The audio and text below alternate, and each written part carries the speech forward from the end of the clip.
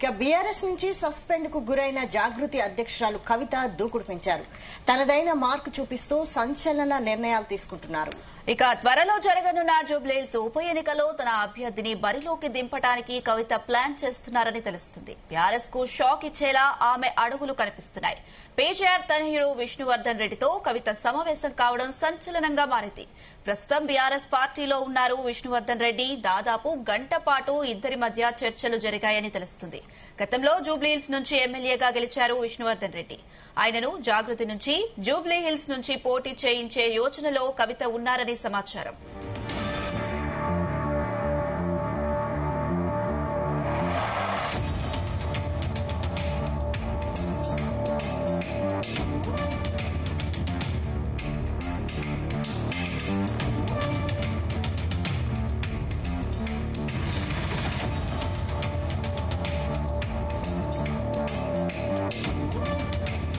BRS నుంచి suspend కు గురైన జాగృతి అధ్యక్షురాలు కవిత దూకుడు పెంచారు.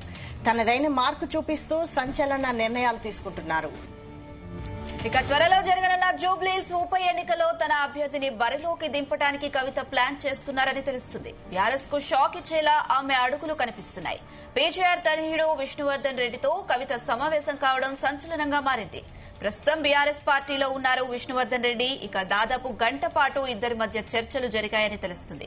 గతంలో జూబ్లీహిల్స్ నుంచి ఎమ్మెల్యేగా గెలిచారు విష్ణువర్ధన్ రెడ్డి. ఆయనను జాగృతి నుంచి జూబ్లీహిల్స్ నుంచి పోటీ చేయించే యోచనలో కవిత ఉన్నారని సమాచారం. ఇదే అంశానికి సంబంధించి మరిన్ని అప్డేట్స్ బ్యూరో చీఫ్ నరేందర్ అందిస్తారు. ఎస్ నరేందర్. రైట్, ఇలా ఉదయం పూట బీఆర్ఎస్ ఎమ్మెల్సీగా ఉండి బీఆర్ఎస్ నుంచి బయటికి సస్పెండ్ గురైనటువంటి కవిత నివాసానికి విష్ణు కాసేపటి క్రితమే వచ్చాడు. దాదాపు గంట సేపటి దాకా భేటీ అయ్యారు. భేటీ అయ్యి చాలా అంశాలు కూడా ఇద్దరు మాట్లాడుకున్నట్టుగా తెలుస్తోంది. కానీ బయటికి మాత్రం విష్ణువర్ధన్ రెడ్డి బయటకు వచ్చి తన చిట్చాట్ లో నేను కేవలం పెద్దమ్మ గుడి నవరాత్రోత్సవాల్లో భాగంగా, దేవి నవరాత్రోత్సవాల్లో భాగంగా కార్డు ఇవ్వడం అనేది ఆనవాయితీగా ఉంది. చాలా మంది నేతలకు నేను ఇస్తుంటాను. అందులో భాగంగానే నాకు మొదటి నుంచి పరిచయం ఉన్నటువంటి కవితకు ఇచ్చాను అన్నటువంటి విషయాన్ని ఆయన చెప్తూ వస్తున్నారు. కానీ దీని వెనక ఏదో మర్మం దాగి ఉంది అన్నటువంటి విషయం మీద ఇటు అందరు కూడా బీఆర్ఎస్ లో కూడా చర్చ మొదలైంది. ప్రస్తుతం ఆయన అక్కడ భేటీ అయిన తర్వాత మళ్ళీ తెలంగాణ భవన్ లో కేటీఆర్ ప్రోగ్రామ్ ఉంది. కేటీఆర్ ప్రోగ్రామ్ కూడా మళ్ళీ ఇక్కడ అటెండ్ అయ్యారు. దాదాపు అక్కడ గంట సేపు దాకా కవిత నివాసంలో భేటీ అయి ఇరువురి మధ్య ఈ పోటీ అంశం కూడా చర్చకు వచ్చినట్టుగా తెలుస్తోంది. అంటే ఇక్కడ మాగంటి గోపీనాథ్ చనిపోయిన నేపథ్యంలో అక్కడ ఉప ఎన్నిక రాబోతుంది. మరో 2-3 నెలల్లో ఎలక్షన్స్ జరగబోతున్నాయి. ఈ టైంలో బీఆర్ఎస్ చాలా సీరియస్ గా, చాలా ప్రెస్టీజియస్ గా ఆ సిట్టింగ్ సీట్ ని గెలుచుకోవాలన్నటువంటి ఆలోచనతో సీరియస్ కసరత్తు చేస్తుంది. వరుస మీటింగ్లు పెడుతుంది. కేటీఆర్ కూడా మొన్న ఒక మీటింగ్ పెట్టారు, రేవంత్ నాయుడు మీటింగ్, ఈ రోజు ఒక మీటింగ్ పెట్టారు. మొత్తానికి ప్రతి డివిజన్ లో బీఆర్ఎస్ కార్యకర్తల్ని మళ్ళీ పోగు చేసి ఖచ్చితంగా ఆ కుటుంబ సభ్యులు ఎవరైతే పోటీ చేయదలుచుకున్నారో మాగంటి గోపీనాథ్ వారసులుగా ఆ కుటుంబ సభ్యుల నుంచి పోటీ చేస్తున్న నేపథ్యంలో వాళ్ళు గెలిపించాలన్నటువంటి తాపయంతో బీఆర్ఎస్ పార్టీ సీరియస్ గా ఉంది. అదే సమయంలో కవిత కూడా బీఆర్ఎస్ నుంచి నిన్నటి వరకు ఉండి ఆమె వెళ్లిపోయిన నేపథ్యంలో అక్కడ కూడా తన అభ్యర్థిని ఎవరినైనా పెడతారా అన్నటువంటి చర్చ కూడా ఈ మధ్య కాలంలో వస్తోంది. కనుక విష్ణువర్ధన్ రెడ్డి సరైనటువంటి అభ్యర్థి అన్నటువంటి చర్చ కూడా కొంతమంది చెప్తున్నారు. బీఆర్ఎస్ పార్టీలో కూడా ఆయనకు అంత స్థానం లేదు అనేది కూడా ఉంది. వాస్తవానికి ఒకప్పుడు ఆయన 2 పర్యాయాలు గెలిచారు. కానీ గడిచిన మన 10 ఏళ్ల నుంచి కూడా ఆయన ఎమ్మెల్యేగా లేరు. బీఆర్ఎస్ పార్టీలో ఉన్నారు. అంతకన్నా ముందు కాంగ్రెస్ పార్టీలో ఉన్నారు. ఆయన మాజీగానే కొనసాగుతున్నటువంటి పరిస్థితి. కనుక ఆయనకు కూడా మళ్ళీ ఒక లిఫ్ట్ కావాల్సి, అంటే ఆయనకు మళ్ళీ ఒకసారి మన ఎమ్మెల్యే కావాలనే కోరిక ఉంది. కానీ ఇప్పుడున్నటువంటి పరిస్థితిలో బీఆర్ఎస్ పార్టీలో ఎట్టి పరిస్థితిలో ఇప్పుడు సీట్ ఇచ్చే అవకాశం లేదు. మాగంటి గోపీనాథ్ భార్యకు వచ్చే అవకాశం ఉంది. అది కాంగ్రెస్ పార్టీలో ఇప్పటికే 1-2 పేర్లు పరిశీలిస్తున్నారు. బీజేపీలో ఈయన వెళ్ళినా కూడా అక్కడ వచ్చే అవకాశం లేదు. కనుక ప్రజెంట్ ఆయన బీఆర్ఎస్ పార్టీ నేపథ్యంలో ఇప్పుడు కవితని కలవడం ఆయనకు ఆంతర్యం ఏమిటి? కేవలం దేవి నవరాత్రోత్సవంలో భాగంగానే కార్డు ఇవ్వడం కోసం మాత్రమే వెళ్ళారా?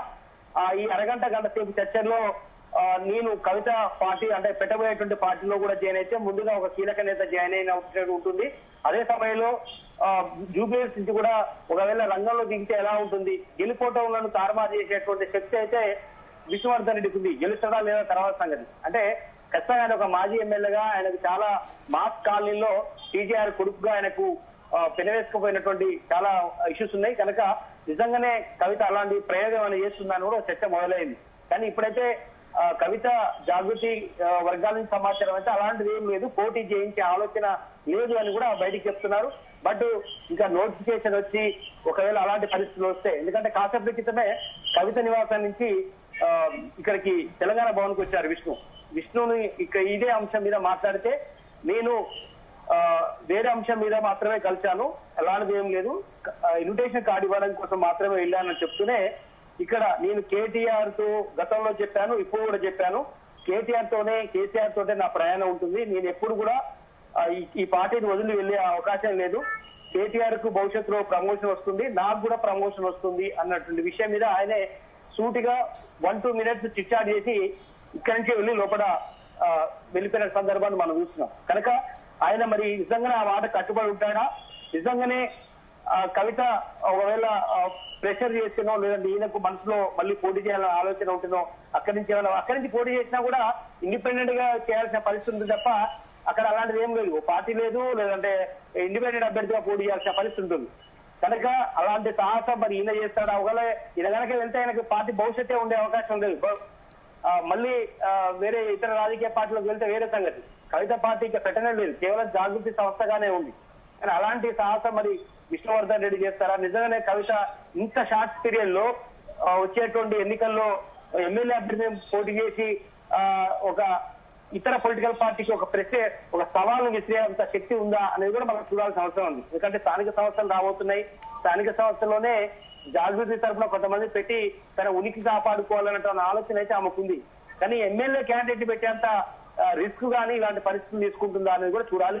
బట్ ఏదైనప్పుడు కూడా విష్ణువర్ధన్ రెడ్డి కవితతో భేటీ కావడం అనేది ఇక్కడ బ్రేకింగ్ న్యూస్ గానే చూడాలి. బట్ ఆయన కలవడం అనేది నిజమే అని చెప్పారు. వచ్చి మళ్ళీ చిట్చాట్ లో మాట్లాడే విషయానికి దానికి కొంతనైతే లేదు. బట్ చూడాలి ఆయన అంతిమంగా భవిష్యత్తులో ఎలాంటి నిర్ణయం తీసుకుంటా. ఓలా పార్టీ కూడా చాలా సీరియస్ గానే యాక్షన్ తీసుకుంటుంది. ఎందుకంటే విష్ణువర్ధన్, ఎందుకంటే హరీష్ రావుని ఇష్టానుసారంగా కవిత తోలనాడింది, చాలా ఆరోపణలు చేసింది, సొంత అన్న మీద కూడా కొన్ని ఆరోపణలు చేసింది చిట్చాట్ లో. ఇలాంటి పరిస్థితుల్లో ఒక పార్టీకి చెందినటువంటి వ్యక్తి కవిత నివాసానికి వెళ్లి కలిసి రావడం, కార్డు పేరుతో అక్కడ పోయి 2 అరగంట సేపు భేటీ కావడం అనేది ఖచ్చితంగా అది పార్టీ క్రమశిక్షణ కిందకి వస్తుందా రావ సంగతి. కానీ ఆ పార్టీ మాత్రం సీరియస్ గా తీసుకునే అవకాశం అయితే ఉంటుంది. ఎస్ నరేందర్, అయితే బీఆర్ఎస్ పార్టీ నాయకులు మొత్తం కవితకి ఆపోజిట్ గా ఉన్నారు. మరి ఈ నేపథ్యంలో ఇప్పుడు విష్ణువర్ధన్ రెడ్డి కవితను కలవడాన్ని ఎలా చూడాలంటారు? ఎస్, అందుకనే చెప్తున్నాను. ఇప్పుడు పార్టీలో చాలా మంది కూడా ఎవరు కూడా కవితతో టచ్ లేరు. ఒకప్పుడు 3 కోటరీగా ఉండేది, ఒకటి కేటీఆర్, అదేవిధంగా హరీష్ రావు, కవిత వర్గాలుగా ఉండేది. ఇప్పుడు ఉన్నటువంటి పరిస్థితిలో హరీష్ రావు వర్గం, కేటీఆర్ వర్గాలు కూడా ఇప్పుడు లేవు, అన్ని కూడా కలిసిపోయి పోయినటువంటి పరిస్థితి. ఎప్పుడైతే కవిత సస్పెండ్ అయిన తర్వాత హరీష్ రావు వర్గం, కేటీఆర్ వర్గం ఉన్న వాళ్ళు కూడా ఇప్పుడు ఐక్యంగా ఉన్నటువంటి పరిస్థితి ఉంది. మొత్తం పార్టీ అంతా ఇప్పుడు ఐక్యంగా ఉన్నాం అనేటువంటి ఇండికేషన్ ని బయటికి చెప్తున్నటువంటి పరిస్థితి ఉంది. ఇలాంటి పరిస్థితుల్లో జాగృతి అధ్యక్షురాలు ఎప్పుడైతే పార్టీ నుంచి బయటికి పంపించారో ఆమెతో ఎవరు కూడా టచ్ లో లేరు. కింది స్థాయి లీడర్లు కానీ, మాజీ ఎమ్మెల్యేలు కానీ, మాజీ కార్పొరేషన్ చైర్మన్ కానీ, సిట్టింగ్ ఎమ్మెల్యేలు కూడా ఎవరు కూడా ఆమెతో టచ్ లో లేరు. ఒకవేళ నిజంగానే అలాంటి పరిస్థితి, ఆమెతో సత్సంబంధాలు, ఆమెతో మళ్ళీ అంటే వెళ్ళి మళ్ళీ మాట్లాడడం కానీ, ఫోన్ లో టచ్ లో ఉన్నట్టు తెలిస్తే పార్టీ చాలా సీరియస్ క్రమశిక్షణ కింద వాళ్ళని పక్కన పెట్టే అవకాశం ఉంటుంది. ఒకవేళ వాళ్ళని పార్టీ నుంచి బయటకు పంపించకుండా కనీసం వాళ్ళని ఎలాంటి పదవులు కూడా భవిష్యత్తు ఇచ్చే అవకాశం ఉండదు, ఎమ్మెల్యే టికెట్ ఇచ్చే అవకాశం ఉండదు, అలాంటి పార్టీ దూరంగా పెడుతుంది. అంత రిస్క్ కూడా ఎవరు తీసుకునే పరిస్థితి లేదు. బట్ విష్ణువర్ధన్ రెడ్డి కేవలం హైదరాబాద్ లో ఆయన విష్ణువర్ధన్ రెడ్డి టీజీఆర్ కొడుకుగా ఉన్నటువంటి పరిచయాలు కావచ్చు, పెద్దమ్మ గుడి నుంచి ఎందుకంటే మొదటి నుంచి వాళ్ళ ఫాదర్ గానీ ఆయన కానీ చూస్తుంటాడు కాబట్టి అందులో భాగంగానే కార్డు ఇవ్వడం కోసం వెళ్ళానని ఆయన చెప్తున్నాడు కాబట్టి అది ఎంతవరకు వాస్తవం చూడాలి. బట్ ఏదైనప్పుడు ఇద్దరు భేటీ కావడం అనేది ఇక్కడ మనం సంచలనంగానే చూడాల్సిన అవసరం ఉంది. Right Narender, thank you.